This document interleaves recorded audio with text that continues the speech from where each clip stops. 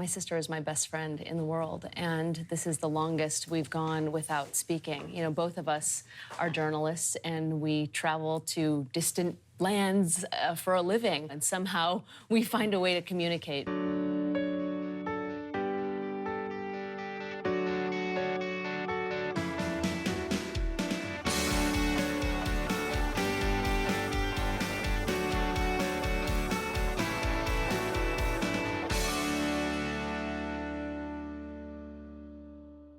North Korea was the one country I had always wanted to visit most because the least is known about it.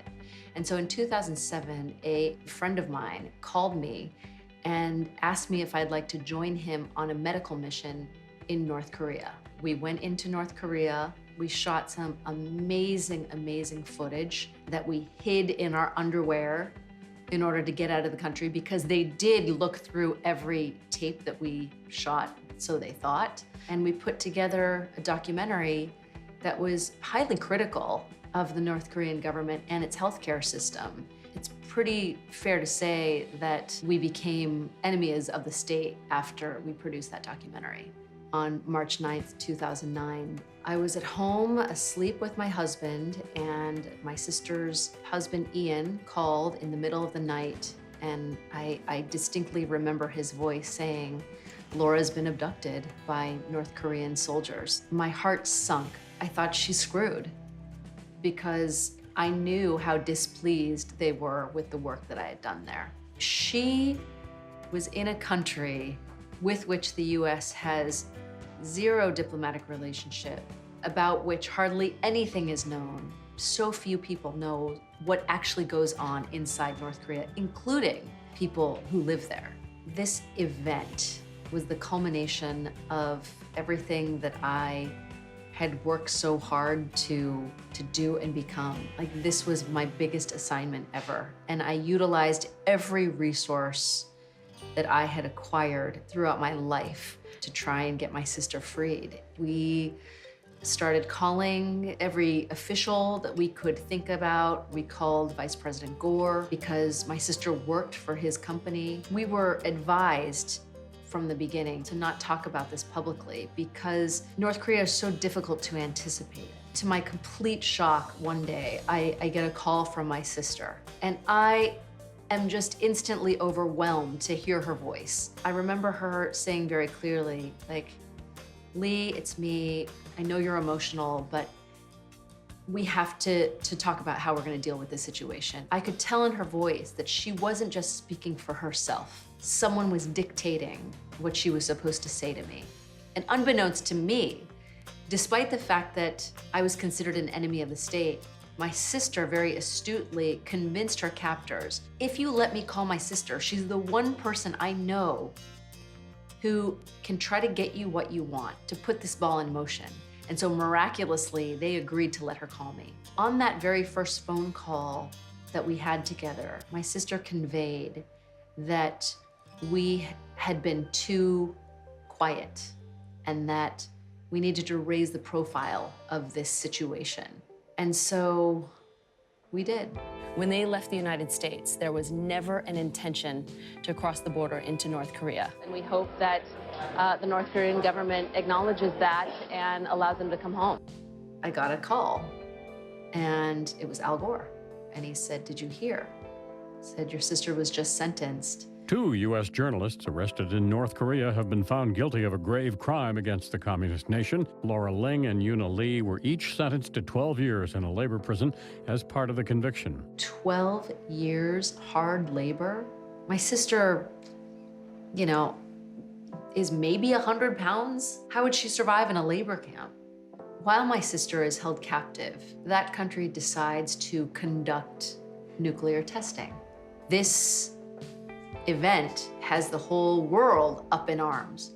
Secretary Clinton, our chief diplomat, ends up getting into kind of a verbal war with North Korean diplomats. To launch a missile for any purpose is a provocative act. My sister is in North Korea, and Hillary Clinton and North Korean diplomats are calling each other names A little while after the sentence, I got another phone call from my sister. North Korea wanted a high-profile kind of envoy to visit the country. Wouldn't guarantee her release, but if they could get some kind of high-profile envoy, maybe they could secure their release. So I got on it. Governor Bill Richardson, Senator John Kerry agreed to go, but several weeks went by and I didn't hear anything. And finally I got another call from her. And she said, Governor Richardson or Al Gore or Senator Kerry aren't going to do. We need a former president. How are we going to convince a former president to go there? The one person that I didn't want to even inquire about was President Bill Clinton. And the reason why is because his wife, Hillary, was our chief diplomat. I didn't want her to feel like she would have a loss of face by them demanding her husband go over there. But she agreed because she was so gracious. I really believe all she cared about was helping us get Laura and Una out of there. Vice President Gore agrees immediately to call President Clinton. And President Clinton agrees.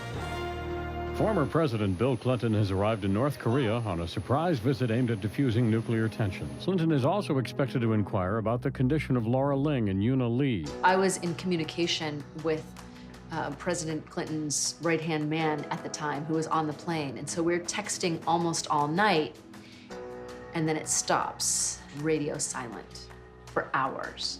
And I realize he's finally touched ground in North Korea. It wasn't confirmed that my sister and her colleague were going to be released. But then we saw images on television of my sister and her colleague Una walking onto a plane. And it was at that moment that we knew that she was coming home. The morning that the plane was to arrive, we all loaded up in a car and drove to the private airport hangar in Burbank. The plane rolled in. We were brought out to the middle of the hangar, and my sister and Una walked down the steps of the plane, and it was the most beautiful sight I'd ever experienced. We are obviously extraordinarily relieved. I had an opportunity to speak with the families yesterday.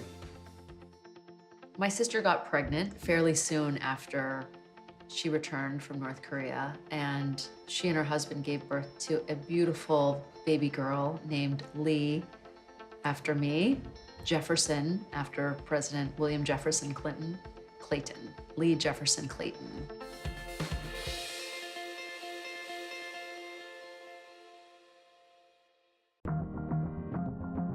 Listen, we lost 18 games in a row.